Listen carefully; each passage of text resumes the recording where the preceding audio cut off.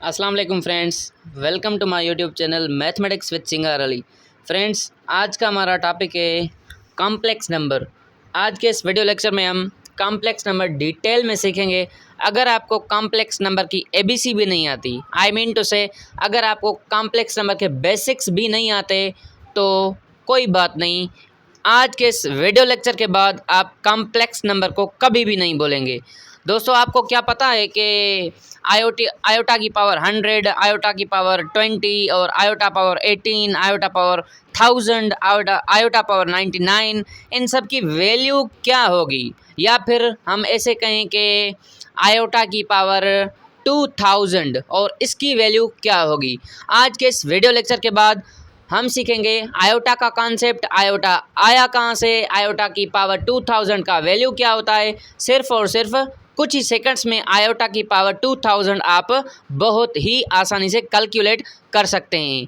तो वीडियो को लास्ट तक ज़रूर देखिएगा ताकि आप आयोटा भी डिटेल में सीख सकें। तो आइए सबसे पहले समझते हैं कि कॉम्प्लेक्स नंबर क्या होते हैं। फ्रेंड्स, कॉम्प्लेक्स नंबर बहुत ही आसान चैप्टर है। कॉम्प्लेक्स नंबर की डेफिनेशन देखिए, ये क्या कहती है। Sum of real number and imaginary number. Real number और इमेजिनरी नंबर का सम होता है कॉम्प्लेक्स नंबर। कॉम्प्लेक्स नंबर क्या होता है? Complex number is sum of real number and imaginary number. और कॉम्प्लेक्स नंबर को हम कैसे लिखते हैं? कॉम्प्लेक्स नंबर को z से लिखते हैं।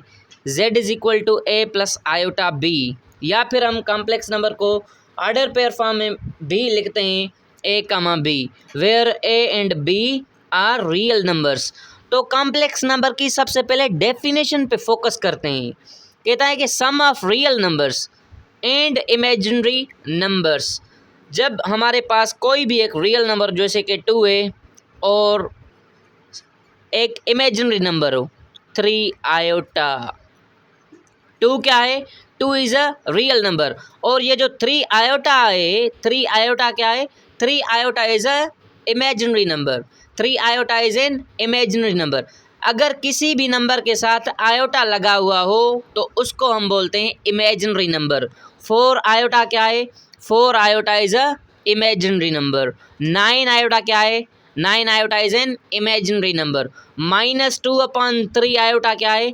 ये भी एक इमेजिनरी नंबर है। √5 आयोटा ये क्या है? ये भी एक इमेजिनरी नंबर है। -3 आयोटा ये क्या है? ये भी एक इमेजिनरी नंबर है। तो फ्रेंड्स, कॉम्प्लेक्स नंबर बहुत ही आसान है। एक हमारे पास रियल नंबर होना चाहिए और एक इमेजिनरी नंबर होना चाहिए। उनके बीच में कोई भी साइन लगा दो वो तो फिर क्या बन जाएगा? एक कॉम्प्लेक्स नंबर बन जाएगा। जैसे कि 2-3 आयोटा ये क्या है? 2-3 आयोटा एक कॉम्प्लेक्स नंबर है। 4+8 आयोटा ये क्या है? ये भी एक कॉम्प्लेक्स नंबर है। क्यों? क्योंकि एक रियल नंबर है और एक इमेजिनरी नंबर है और इन दोनों नंबर का हमने सम किया है, इनको ऐड किया है, तो ये क्या बन गया? ये बन गया कॉम्प्लेक्स नंबर। लेकिन एक बात अभी भी समझ में नहीं आई, वो कौन सी? कि ये क्या है? आयोटा कहाँ से आया? आयोटा की वैल्यू क्या है? क्या आपको पता है कि आयोटा की वैल्यू क्या है? आइए डिटेल में सीखते हैं आयोटा के बारे में भी। लेकिन उससे पहले कॉम्प्लेक्स नंबर को किससे डिनोट करते हैं? कॉम्प्लेक्स नंबर को हम z से रिप्रेजेंट करते हैं। z is equal to a plus iota b। कोई भी कॉम्प्लेक्स नंबर होगा, कोई भी कॉम्प्लेक्स नंबर होगा, वो कौन सी फॉर्म में होगा? a प्लस आयोटा b की फॉर्म में। कोई भी complex number a plus iota b की फॉर्म में होगा। या फिर हम उसको ऑर्डर पेयर में भी लिख सकते हैं। जैसे कि इधर लिखा हुआ है 2+3 आयोटा। 2+3 आयोटा क्या है? ये कॉम्प्लेक्स नंबर है। हम इसको ऑर्डर पेयर में कैसे लिखेंगे? इसको लिखेंगे 2,3। ऑर्डर पेयर में जो ये है रियल पार्ट। ये कौन सा पार्ट है? ये है real part. Real part of imaginary number, ये होता है real part of imaginary number. और रियल पार्ट को हम REZ से रिप्रेजेंट करते हैं। तो इसका रियल पार्ट क्या होगा? इसका रियल पार्ट है 2। रियल पार्ट क्या है इसका? 2। और इसका इमेजिनरी पार्ट क्या होगा? इसका इमेजिनरी जो पार्ट है उसको हम आई एम से रिप्रेजेंट करते हैं, I M Z is equal to 3। तो इसका रियल पार्ट 2 है और इसका जो इमेजिनरी पार्ट है वो क्या है 3। और जब भी इमेजिनरी पार्ट ऑर्डर्ड पेयर में होगा तो उसमें हम आयोटा नहीं लगाते। अगर ये ऑर्डर्ड पेयर में नहीं है तो फिर हम आयोटा लगाएंगे। आइए समझते हैं किसी भी ऑर्डर पेयर को हम इस फॉर्म में कैसे कन्वर्ट करें या फिर इस फॉर्म को ऑर्डर पेयर फॉर्म में कैसे कन्वर्ट करें। कुछ एग्जांपल्स देख लेते हैं, जैसे कि इधर लिखा हुआ हो 2 - 4 आयोटा, 2 - 4 आयोटा। तो हमें इसको ऑर्डर पेयर में कैसे लिखेंगे, इसको ऑर्डर पेयर में कैसे लिखेंगे, लिखेंगे 2, -4, 2, -4। इसमें आयोटा क्यों नहीं लगाया, क्योंकि ये ऑर्डर पेयर फॉर्म में, ऑर्डर पेयर में लिखा गया है, इसी वजह से आयोटा नहीं लगाया। अगर हमें इसी को चेंज करना हो, कन्वर्ट करना हो इस फॉर्म में a + b iota, a + iota b की फॉर्म में, तो इसको हम लिखेंगे 2 - 4। अब आयोटा लगाएंगे। जब ये ऑर्डर पेयर फॉर्म में होगा तो फिर आयोटा नहीं लगाएंगे, जब ऑर्डर पेयर फॉर्म में नहीं होगा तो आयोटा लगाएंगे मेरे दोस्तों। आइए अब समझते हैं। कहता है कि recognize a is a real part and b is an imaginary part. A को हमें क्या कंसीडर करना है, जो ए होता है उसको हम क्या कहेंगे, z = a + b आयोटा की फॉर्म में होता है कोई भी कॉम्प्लेक्स नंबर। कोई भी कॉम्प्लेक्स नंबर किस फॉर्म में होता है, इस फॉर्म में होता है, a + आयोटा b की फॉर्म में। ये आयोटा b लिखो या फिर आप लिखो b आयोटा, बात एक ही है मेरे दोस्तों। जैसे इधर लिखा हुआ है 2 + 3 आयोटा लिखो या फिर 2 + आयोटा 3 लिखो, बात सेम ही है। लेकिन जो पहला नंबर होता है जिसके साथ आयोटा नहीं होता उसको हम कहते हैं रियल पार्ट, और रियल पार्ट को हम किससे रिप्रेजेंट करते हैं, REZ इज इक्वल टू, तो रियल पार्ट कौन सा है 2 है, और इसका इमेजिनरी पार्ट कौन सा है, इमेजिनरी पार्ट 3 आयोटा है, तो इसको हम लिखेंगे, इमेजिनरी पार्ट को लिखेंगे, तो इमेजिनरी पार्ट क्या हो गया 3 हो गया। जब भी हमें इसका इमेजिनरी पार्ट लिखना होगा तो फिर हम उसमें आयोटा इंक्लूड नहीं करेंगे, क्योंकि हम इमेजिनरी पार्ट लिख रहे हैं, क्यों इमेजिनरी नंबर नहीं लिख रहे। इसके हमने रियल पार्ट और इमेजिनरी पार्ट्स लिखने हैं, इमेजिनरी नंबर नहीं लिखना, इमेजिनरी पार्ट लिखना है। तो इसका जो इमेजिनरी पार्ट होगा वो 3 होगा, 3 आयोटा बिल्कुल भी नहीं होगा। दूसरे एग्जाम्पल से समझते हैं इसे, z = 9 आयोटा + 4, z = 9 आयोटा + 4। तो इसका जो रियल पार्ट है वो कौन सा होगा, जो पहले होगा वो रियल पार्ट होगा, ऐसा नहीं है। जिसके साथ आयोटा होगा वो होगा रियल पार्ट, जिसके साथ आयोटा होगा वो रियल पार्ट होगा। अच्छा, वो कौन सा होगा, वो होगा इमेजिनरी पार्ट। जिसके साथ आयोटा नहीं होगा वो होगा रियल पार्ट। तो इसका रियल पार्ट कौन सा है, इसका जो रियल पार्ट है वो है 4, और इसका इमेजिनरी पार्ट कौन सा है, जिसके साथ आयोटा होगा, क्योंकि इमेजिनरी नंबर्स भी वो होते हैं जिनके साथ आयोटा लगा हुआ हो। जिनके साथ आयोटा हो उनको क्या बोलते हैं, इमेजिनरी नंबर्स। क्या बोलते हैं, इमेजिनरी नंबर्स। कॉम्प्लेक्स नंबर की डेफिनेशन क्या है, sum of real number and imaginary number. ये एक क्या है, रियल नंबर, ये इमेजिनरी नंबर है। क्यों, क्योंकि इसके साथ आयोटा है। जिस भी नंबर के साथ आयोटा होगा उसको हम कहेंगे इमेजिनरी नंबर। तो 9 के साथ आयोटा लगा हुआ है तो 9 क्या हो जाएगा, 9 सिर्फ क्या है इधर इमेजिनरी पार्ट है, लेकिन 9 आयोटा खुद क्या है, 9 आयोटा एक इमेजिनरी नंबर है, और 4 क्या है, एक रियल नंबर है। और ये सारा क्या लिखा हुआ है, z = 9 + 4 आयोटा, ये जो सारा लिखा हुआ है, ये सारी जो क्वांटिटी लिखी हुई है, इसको हम कहते हैं कॉम्प्लेक्स नंबर। क्या कहते हैं, कॉम्प्लेक्स नंबर। अगर इस कॉम्प्लेक्स नंबर को हमें ऑर्डर पेयर फॉर्म में लिखना हो तो कैसे लिखेंगे, रियल पार्ट कौन सा है 4, तो रियल पार्ट पहले लिखेंगे, कामा लगाएंगे। इमेजिनरी पार्ट कौन सा है 9 आयोटा, तो सिर्फ और सिर्फ 9 लगाएंगे, क्योंकि ऑर्डर पेयर में आयोटा नहीं लगाते।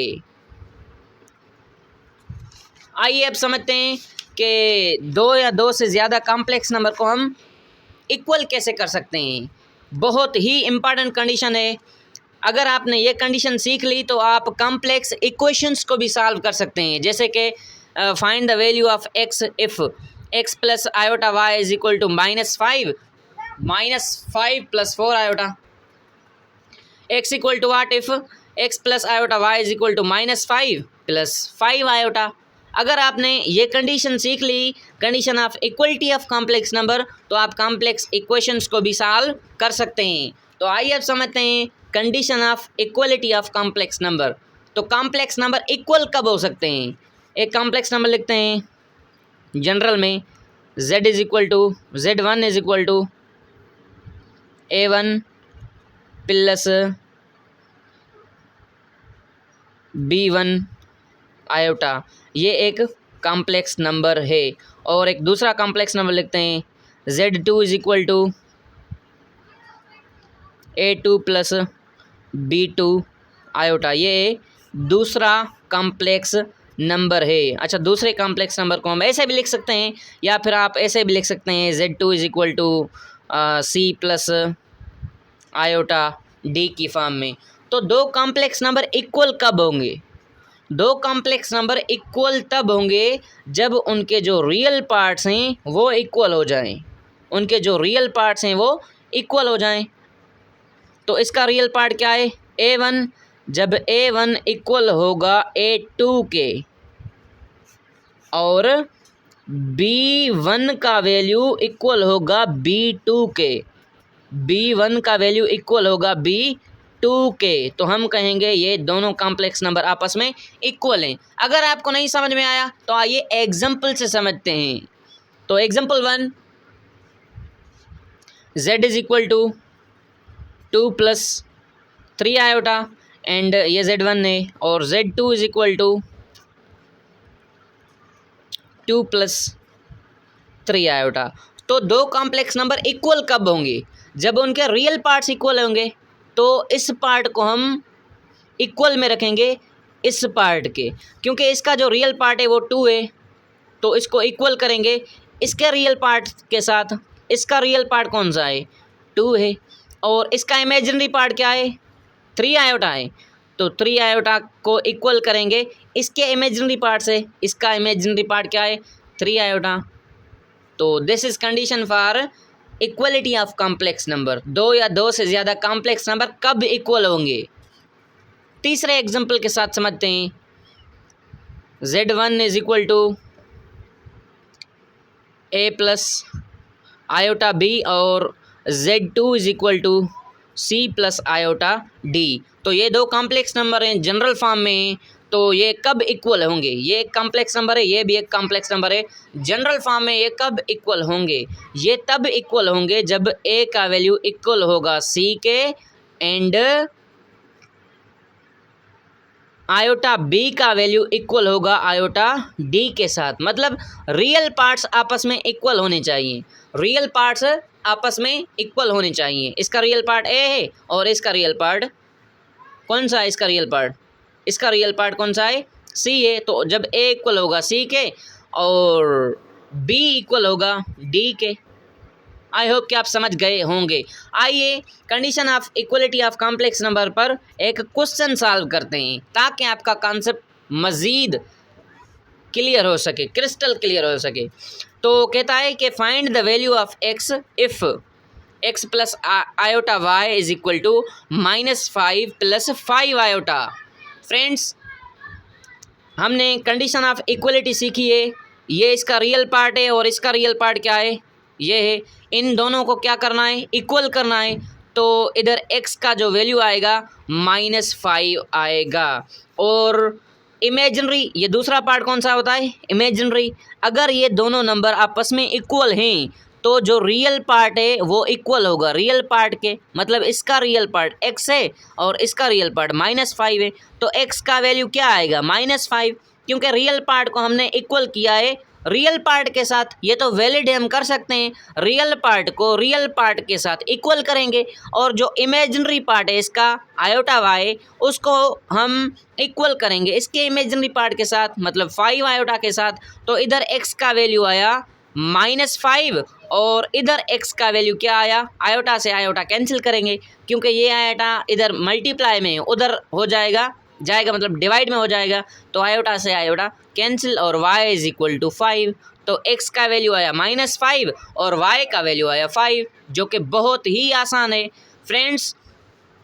इसमें नोट करने वाली कौन सी बात है, वैसे तो एक एक पॉइंट नोट करनी चाहिए, लेकिन जो बहुत ही इम्पोर्टेंट पॉइंट है वो ये है कि दो कॉम्प्लेक्स नंबर तब इक्वल होंगे जब दो रियल पार्ट्स a इक्वल होगा c के और इमेजिनरी पार्ट इसका b और इसका d है, b इक्वल होगा d के, तो हम कहेंगे कि ये कॉम्प्लेक्स नंबर आपस में इक्वल हैं। तो आइए अब चलते हैं बहुत ही इम्पॉर्टेंट कॉन्सेप्ट की तरफ, जो कि आयोटा का कॉन्सेप्ट। फ्रेंड्स हमने इधर आयोटा जिधर देखो आयोटा, लेकिन आयोटा आया कहाँ से, आयोटा की ज़रूरत क्या पड़ी, आइए समझते हैं।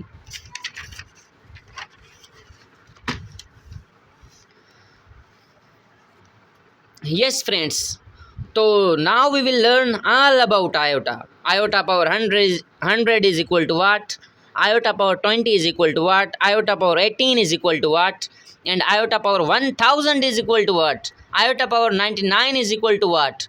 अगर आप इसको गौर से समझेंगे तो आई होप कि आप 30 सेकंड में या फिर 10 सेकंड में इसका आंसर लिख सकेंगे।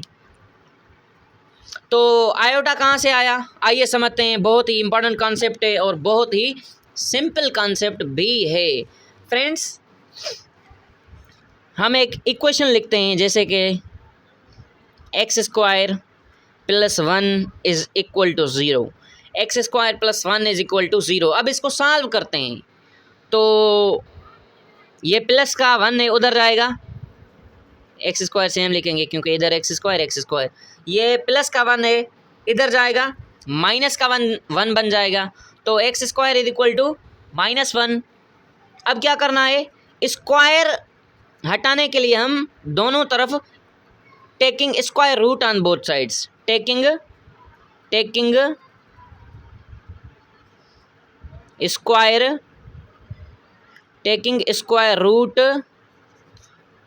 On both sides. स्क्वायर को हटाने के लिए हम दोनों साइड स्क्वायर रूट लगाएंगे।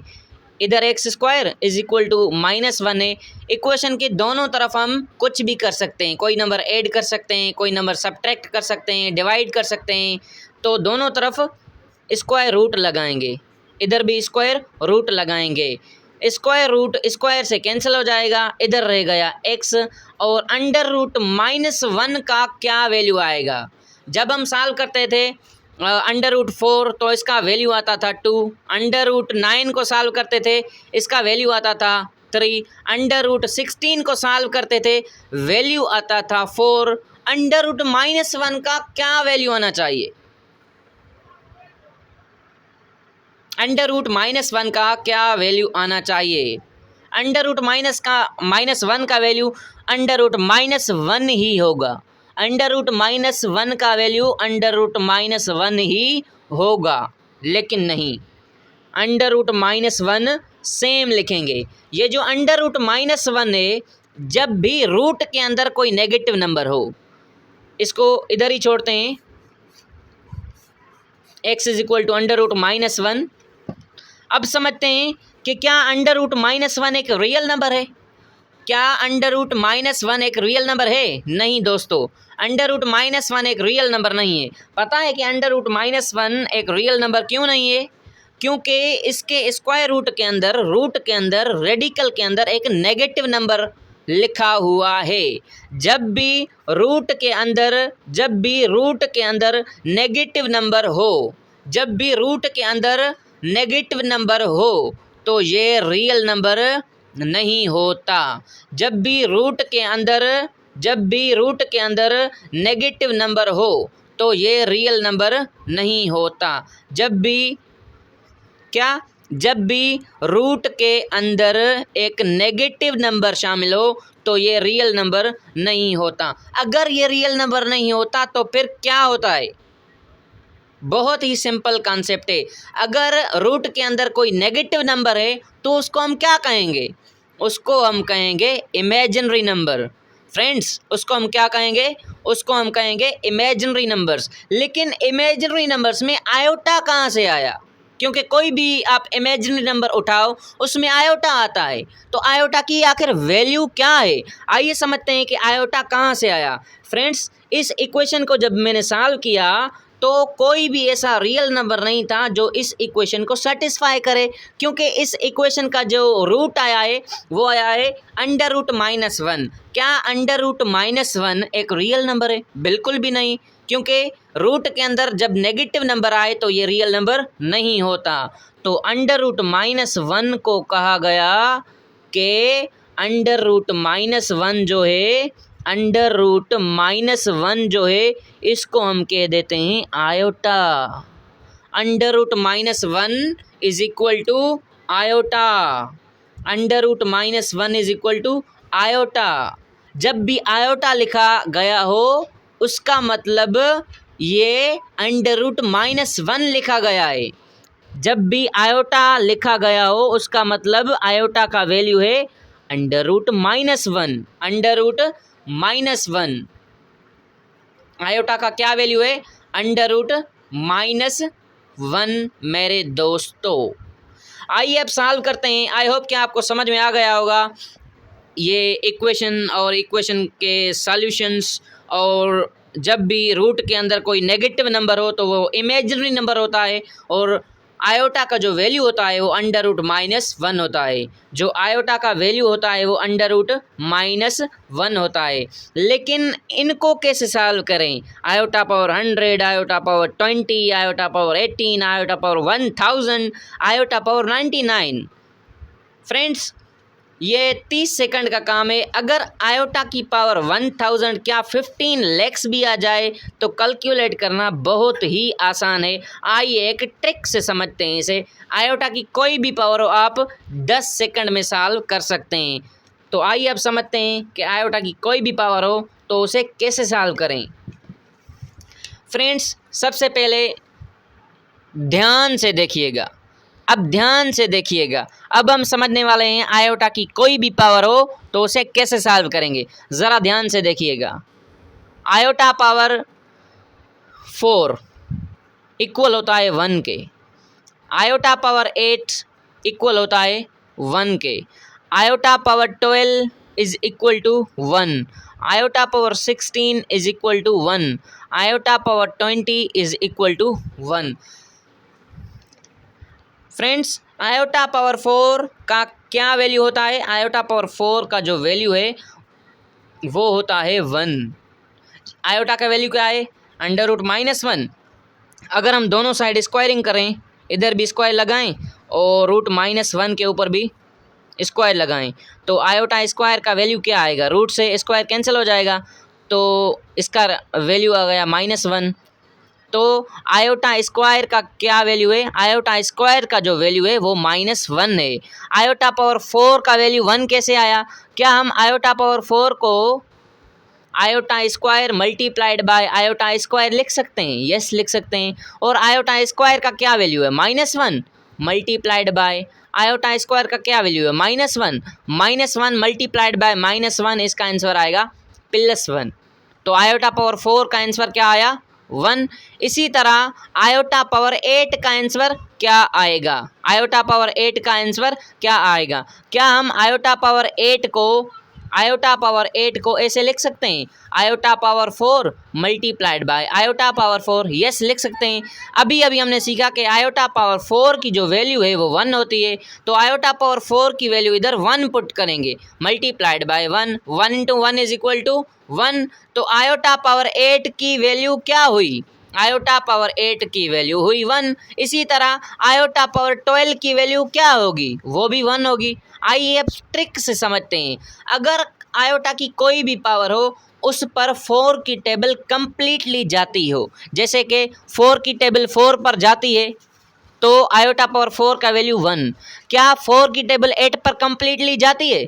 यस, 4 की टेबल 8 पर 2 टाइम्स कंप्लीटली जाती है, तो iota power 8 is equal to 1। इसी तरह क्या 4 की टेबल 12 पर जाती है? यस, 4 की टेबल 12 पर कंप्लीटली जाती है, तो iota power 12 is equal to 1।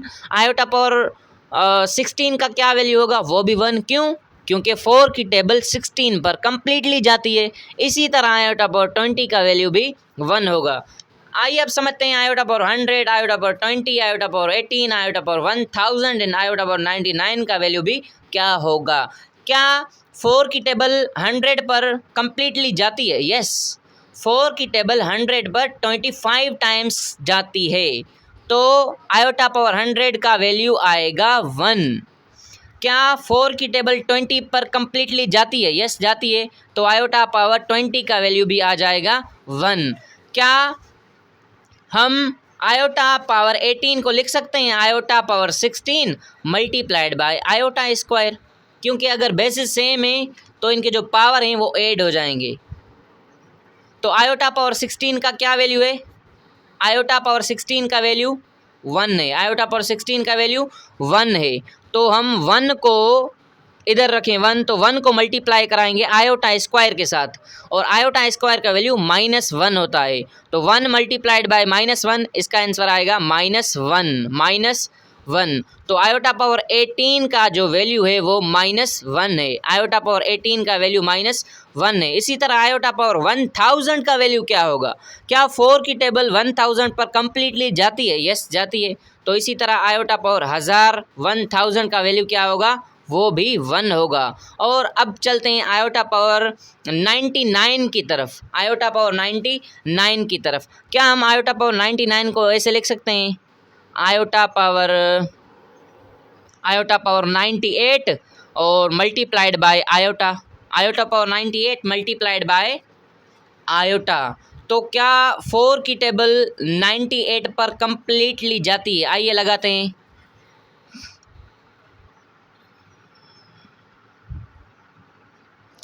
तो 4 की टेबल 9 पर 2 टाइम्स जाएगी, इधर एक बचा मतलब रह गया, तो ये एक इसमें ऐड करेंगे। क्या 2 की टेबल 4 की टेबल 18 पर कंप्लीटली जाती है? नहीं जाती, तो हम इसको ऐसे नहीं लिखेंगे। तो आयोटा पावर 99 की वैल्यू को कैसे कैलकुलेट करेंगे?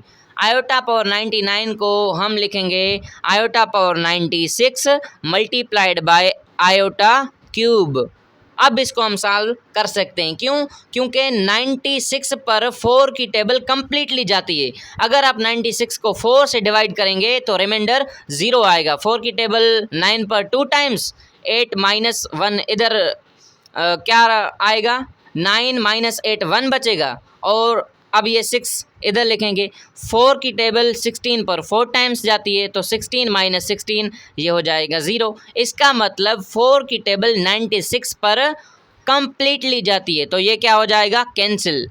आयोटा पावर 96 का वैल्यू आएगा 1 multiplied by iota cube. Iota cube का वैल्यू होता है माइनस आयोटा, तो 1 इंटू माइनस आयोटा, इसका आंसर आ जाएगा माइनस आयोटा।